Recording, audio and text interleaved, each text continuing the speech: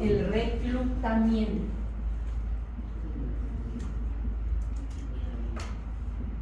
Y aquí vamos a hacer claro el reclutamiento de leucocitos. Bueno, este no tiene que estar aquí. Los leucocitos ya vimos que en orden son neutrófilo, monocito y linfocito. Vienen y les dicen a los neutrófilos que deben de desencadenar esa respuesta inflamatoria. Y todos van saliendo de aquí, del vaso sanguíneo. Ahorita les voy a explicar. ¿Cuál sería el tercer paso? Porque son 5 pasos. El examen va a decir, describa los 5 pasos. Eliminación o erradicación.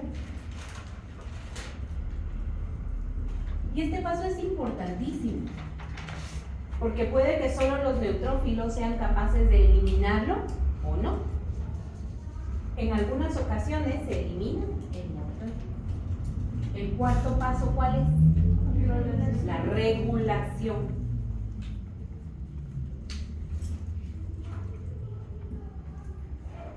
Debe de ser exagerado o no, va a depender si aquí fue eliminado o no, y si va a requerir de más células o no, así decir. Y el último paso, reparación o regeneración.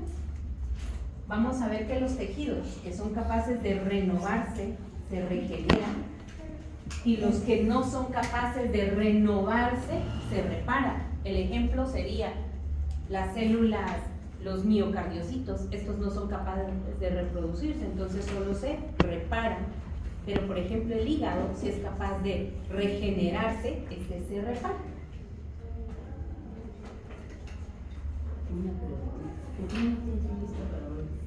Estómago o piel y las láminas que yo tengo. Solo eso puedo piel. Si necesitamos Sí, puede ser estómago o piel, o también habíamos visto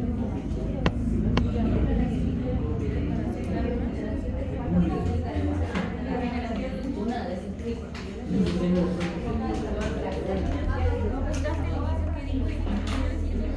ahorita vengo. 30.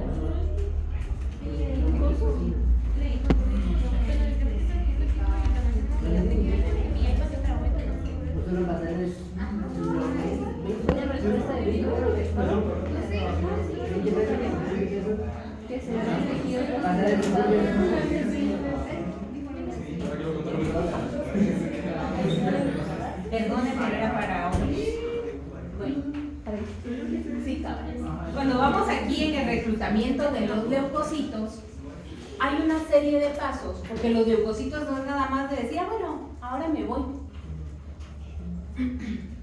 Y específicamente los neutrófilos deben seguir una serie de pasos para llegar al sitio de inflamación. Estamos aquí en el reclutamiento. ¿Cuáles son esos pasos que deben de seguir los neutrófilos para llegar al sitio de inflamación? Antes hay otros. Y esto siempre les digo que es como cuando uno va en la autopista o manejando un carro y se va a ir a tomar otra calle o va a salir de ahí, debe de orillarse, ¿verdad? El primero es la marginación. Cuando hablamos del flujo laminar, generalmente los leucocitos están en el centro, pero cuando estos deben de salir, deben de irse ahorillando. Eso es la marginación. Yo me voy haciendo hacia la orilla del vaso sanguíneo. Después de la marginación, ¿cuál viene? No va el rodamiento.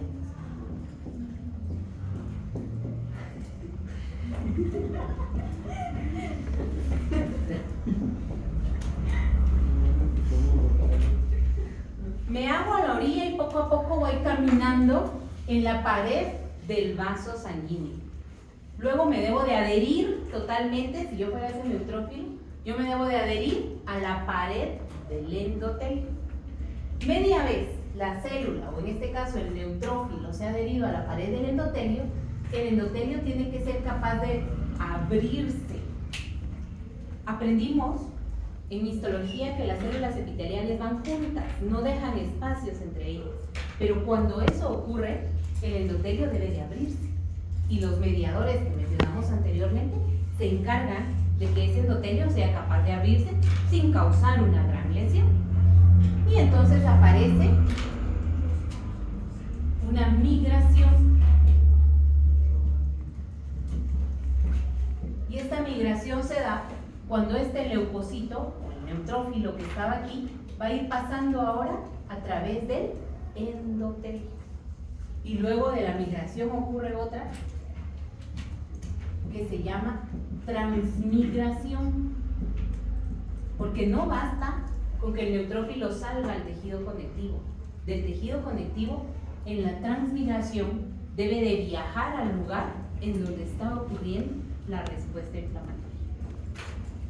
Y no se abre solo un vaso, se van a abrir muchos vasos sanguíneos. A ver, ¿cuáles eran los signos de la inflamación? Los signos cardinales de la inflamación. El rubor se da por la extravasación, porque cuando sale el neutrófilo no va a salir solo, van a salir también eritrocitos. Y entonces eso va a hacer que el área afectada se vea roja. ¿Cuál es el siguiente? Calor. Ahí hay producción de histamina y de prostaglandinas, lo que va a hacer que la temperatura aumente. ¿El siguiente cuál es? Dolor. No hay tumor. Pero después se Está después del dolor. Pero hay tumor y dolor, que digamos van juntos. ¿Por qué? Porque todos estos cuando salen, y Robin menciona que hay salida de líquido de los vasos sanguíneos hacia el tejido conectivo, algo que va a causar un exudado o un trasudado. Y ese lesiona todo ese tejido conectivo ocasionando la presencia de una masa, lo que se llama tumor. Y eso ocasiona dolor, porque normalmente allí no debe de estar. Y si eso no se resuelve, pues vamos a la pérdida de la función. Si estos salen y son capaces de responder ante esa inflamación, pues es eliminado. El neutrófilo va a tener la capacidad de acabar con ciertas bacterias. Si no, entra la regulación. Empiezan a salir monocitos que se transforman en macrófagos. Y los macrófagos, como vimos, van a tener dos funciones. Una, de fagocitar, porque hay dos vías de activación de los macrófagos, la M1 y la M2, o de reparar. Sabíamos, o al menos ustedes en histo sabían que lo único que hacía el macrófago era fagocitar, pero ahora que estamos viendo inflamación, se van a dar cuenta que los macrófagos también son capaces de reparar. Y entonces se debe de regular esta respuesta inflamatoria y así debería de terminar normalmente. Sin embargo, si no fueron capaces de eliminarlos, los macrófagos son también capaces de llamar a más linfocitos. Y ven ustedes que hay un esquema muy bonito allí en donde aparece que llama tanto a linfocitos T, a linfocitos NK, a linfocitos B. Los principales van a ser los linfocitos B. Y estos linfocitos B, cuando ingresan a tratar de eliminar esa respuesta inflamatoria, se transforman en células plasmáticas. Pues son capaces o no. Cuando ya empiezan a actuar en la respuesta inflamatoria, se transforman en célula plasmática. Y la presencia, al menos microscópica, de plasmocitos, porque así está descrito creo que en el webpack, nos indica que la respuesta inflamatoria es de tipo crónico, porque normalmente debió haber quedado aquí, y esto se dio en cuestión de 3 a 5 horas. Pero si esto progresó ya a 3 días o 3 semanas, nuestro paciente va a tener abundantes plasmocitos o células plasmáticas. Y de aquí ya estamos hablando de crónica. hay un ejemplo que aparece también en las necrosis. Y el ejemplo es la tuberculosis. En la tuberculosis, las células plasmáticas ya no son suficientes, los neutrófilos ya no son suficientes. Todo esto va a formar un granuloma. Y el granuloma es una respuesta inflamatoria crónica. Y en la tuberculosis, este granuloma causa un tipo específico de necrosis. ¿Cuál es? La necrosis gaseosa. ¿En dónde? Todo el área que se está reparando aparece, digamos, aquí.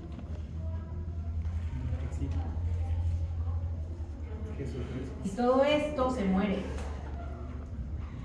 Y estas células que aparecen aquí se llaman células gigantes. Porque muchos de estos se unen para tratar de fagocitar y forman un granuloma. Yo sé que eso es complejo, pero realmente si lo vemos así paso a paso, uno va entendiendo cómo van ocurriendo los signos de la inflamación y cómo van actuando los diferentes mediadores. ¿Vamos bien hasta ahí? Una pregunta que no Estoy grabando. Sí, pero solo esto último, no grabé todo. Pero ahorita, Lo último, sí. Ahora ¿esto bien, lo grabaste? ¿Cómo? ¿Esto lo hay grabaste? diferentes patrones Esto fue lo primero. de inflamación aguda. Es que se me apagó Los mi grabación. dijeron. Sí, ya oigo ese sueño. Ya termino, ya casi solo me faltan los patrones de la inflamación y con eso termino la clase de hoy, porque ya mañana hablo de la inflamación crónica. Todo lo que expliqué anteriormente va a ser más exuberante en la inflamación aguda que en la inflamación crónica. En la inflamación crónica hasta los signos casi que no se ven. Ahora bien, tenemos patrones. Un año pregunté, escriba los patrones morfológicos de la inflamación aguda. Doctora, esa es su pregunta, saber, mira, que se la sabe. Y así están descritos. Lo que pasa es de que cuesta entender qué es. Cuando hablamos de patrones, lo que tenemos que recordar es cómo lo vamos a ver macroscópicamente. Yo le voy a poner aquí un ojito, porque es cómo somos capaces de ver esa respuesta inflamatoria. A eso se le llama morfología. Recuerden que la morfología puede ser macro o micro, pero ustedes ahorita están aprendiendo macro, no micro. Y los patrones son seroso, fibrinoso, purulento y el último, una úlcera. Esos son los patrones. Y los vamos a ver en diferentes órganos. Generalmente, en el patrón seroso, lo que vamos a observar es abundante líquido. Esto quiere decir que este patrón de inflamación es característico de las cavidades.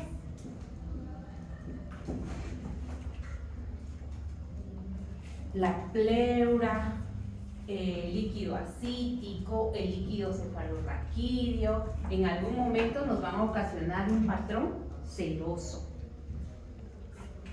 Cuando hablamos de fibrinoso,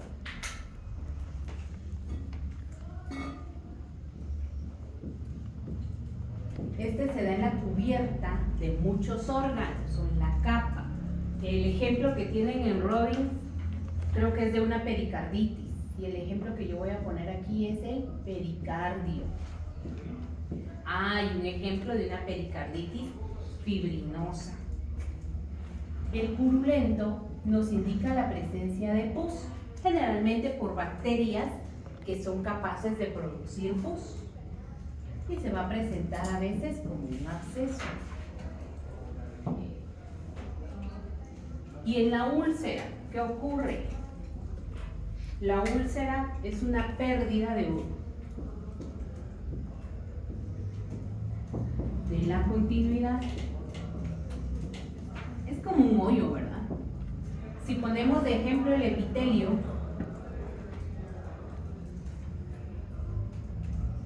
hay epitelio y de repente ya no hay y después vuelve a aparecer. En la úlcera eso sucede, hay una pérdida de la continuidad epitelial. Y vamos a ver que el ejemplo clásico puede ser la úlcera gástrica o la úlcera péptica. Estos generalmente se presentan rápido y por eso son exclusivos de la inflamación aguda. La inflamación crónica va a tener otros dos que los voy a explicar, ¿no? Dudas. Ahí resumí casi medio capítulo, casi, porque todavía me faltó un montón. Hay algunas tablas que tienen que revisar y ahorita les digo cuáles. Creo que sí las anoté, ¿no? La tabla 3.5 y la 3.7.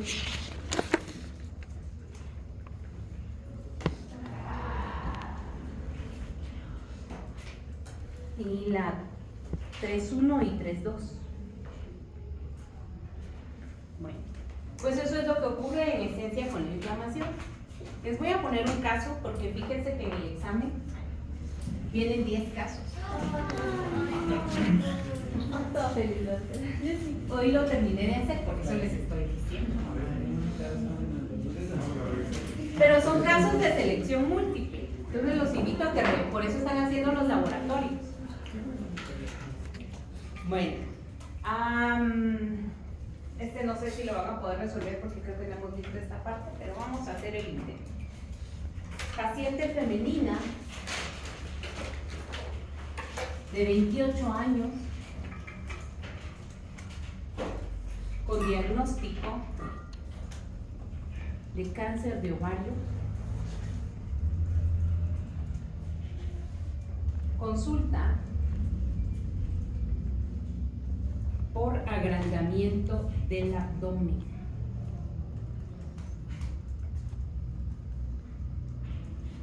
Al examen físico, lo positivo les voy a decir, una PA de 70/50,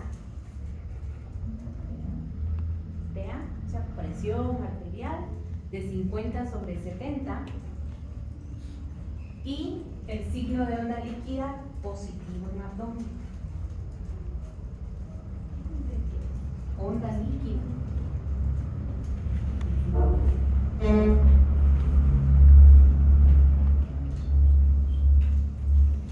Le realizan una paracentesis.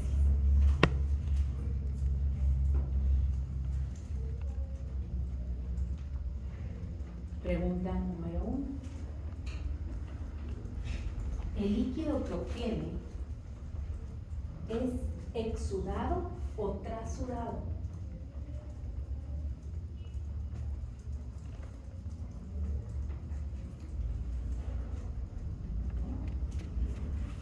Número 2. ¿Cómo diferencia entre estos?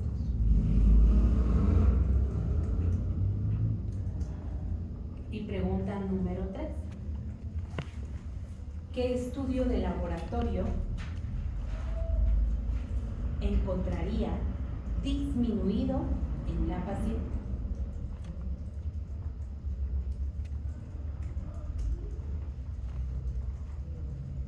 Sorry.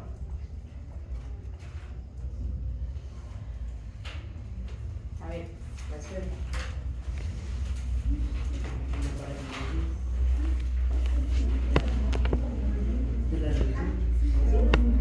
Siempre que se extrae un líquido, se envía estudio de patología, se le hace químico, citológico, tinta china, gram, todos los estudios.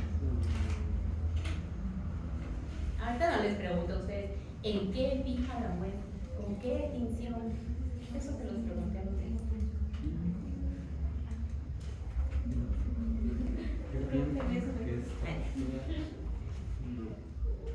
Yo pienso que no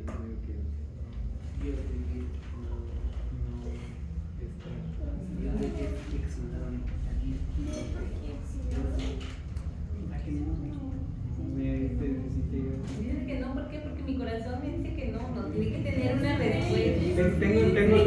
pero no tengo, por ejemplo. Sí, porque si es un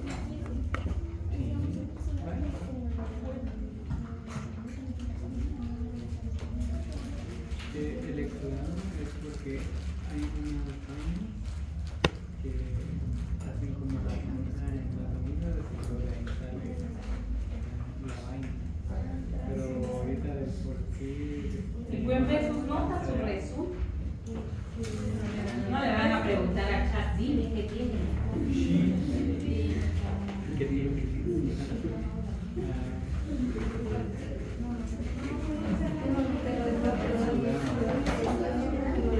No sé, el exudado y.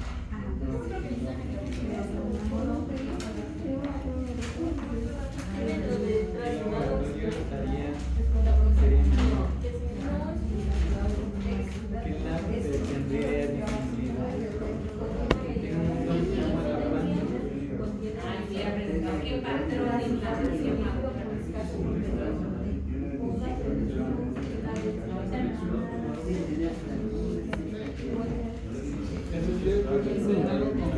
Yo digo que es trasudado solo por el